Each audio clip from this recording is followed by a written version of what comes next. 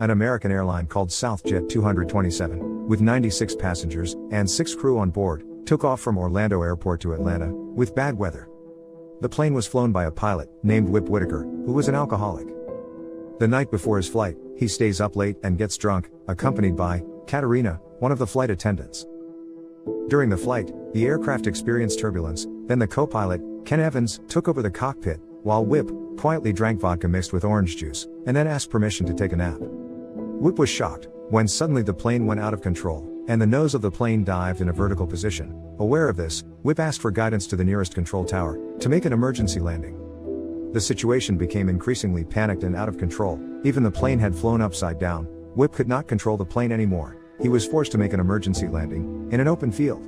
In the end, the plane crashed. Brace for impact.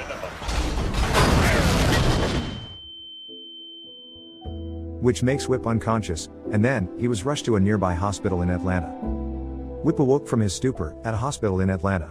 Luckily, he only suffered minor injuries. Then he was greeted by his old friend, and retired pilot, Charlie Anderson, who represented the aviation pilot community. Charlie tells Whip that he managed to save 96 of the 102 people on the ill-fated flight, while 2 crew and 4 passengers died. Co-pilot Ken Evans survived, but fell into a coma. A team from the National Transportation Safety Board, or NTSB, also came to visit and asked him for some information. Meanwhile, the doctor stated that Whip's condition was generally fine, only a few injuries that needed time to recover. The next morning, Whip's friend and drug dealer, Harling Mays, came to see him. He brought cigarettes and drinks, but Whip only needed cigarettes. He refused to drink any more alcohol. Whip secretly headed to the emergency stairs to smoke. He meets Nicole, who is recovering from a heroin overdose at the same hospital. They chatted. Nicole suspects that Whip is one of the passengers who survived, and she didn't realize that he was the pilot. Harling Mays came back to pick up Whip. They went through the back to avoid the crowd of reporters in front of the hospital lobby door. Whip decided to rest and retire from his profession. He chose to stay at his father's house, while taking care of his farm. Arriving at his father's house, he decided to stop drinking alcohol. He threw away all existing drinks, hoping that life on a farm away from the hustle and bustle of the city could quickly restore him. Charlie called him to make an appointment for breakfast, while discussing issues related to his accident. Whip meets with Charlie and his lawyer, Hugh Lang. He explains that the National Transportation Safety Board, or NTSB, did a drug test while Whip was still in the hospital. The test results showed that Whip was drunk during the flight. Hugh promised to get a toxicology report that could possibly relieve him. Meanwhile, Whip looks for the address where Nicole lives. He finds it and sees Nicole packing her things. Nicole's rental house owner again collects the rent. She still hasn't paid. Then Whip defends Nicole. He pays off Nicole's debt to the landlord. Whip invites Nicole to stay with him at the ranch house. They get closer and spend the night together. Whip returns to his bad habit of drinking alcohol again. His lawyer, Hugh Lang, came to take him to the crime scene, where the plane crash occurred.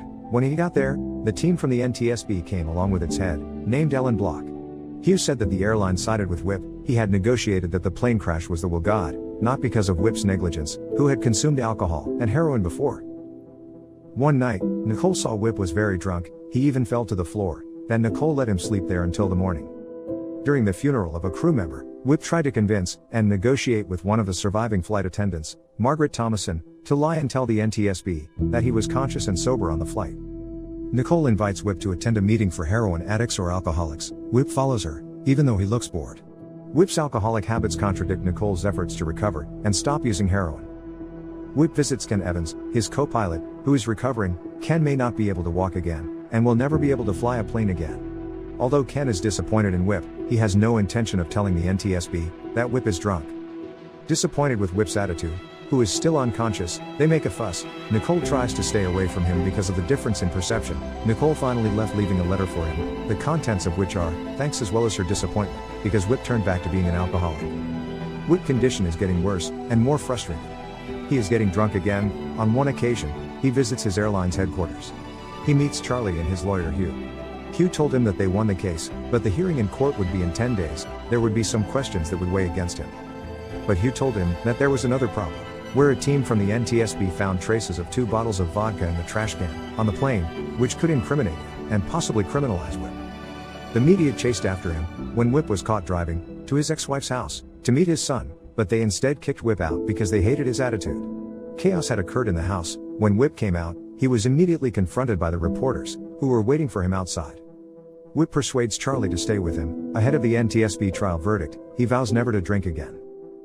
The night before the trial, Charlie and Hugh move Whip to a hotel room that is free of alcohol. Although the minibar has been free from the drink, Whip finds the door to another room that is unlocked. He enters and finds the minibar that has alcohol in it. This made him relapse into the alcoholic drink. He took a bottle of alcohol and got drunk. The next day, Charlie finds Whip unconscious and still drunk. Harling comes in. He tries to resuscitate Whip. Funny thing, he even uses cocaine to wake him up. Then they have a cocaine party, while Charlie and Hugh were surprised and disappointed to see it. At trial, investigator and head of the NTSB Ellen Block explained that the elevator, or rudder lift on the ill-fated plane, was damaged. And a jack screw was installed was the main cause of the crash, but she praised Whip's courage and expertise in controlling the plane, and that none of the pilots on record were able to do so, maneuver like what Whip did. Ellen Block later revealed 2 bottles of used vodka in the plane's trash, the fact that the drink should not be served to passengers, and Whip's test results were not included for technical reasons. The only crew member who tested positive for alcohol was Katerina Marquez, who died in the crash, and spent the night before the ill-fated flight with Whip. Whip's heart was churning. He couldn't bear to blame Trina for the mistakes he made. Finally, Whip admitted in court that he was drunk on the flight. His confession led to Whip being found guilty and sent to prison. 13 months later, the imprisoned Whip told other inmates that he was happy, that he had managed to get over his addiction to alcohol, and that he didn't regret it. He even wrote a letter to the family of the plane crash to apologize. Whip displays pictures of Nicole, her family and friends on her cell wall. There was also a card congratulating him for being free from alcohol. Whip seeks to rebuild his estranged relationship with his son, which has been almost broken. One day, his son came to prison to visit him, as well as to do his college essay on the topic. The most influential person I have never met, when his son asked, "Who are you?" As a plane flew over him, Whip said, "That's a good question," along with the end of the movie.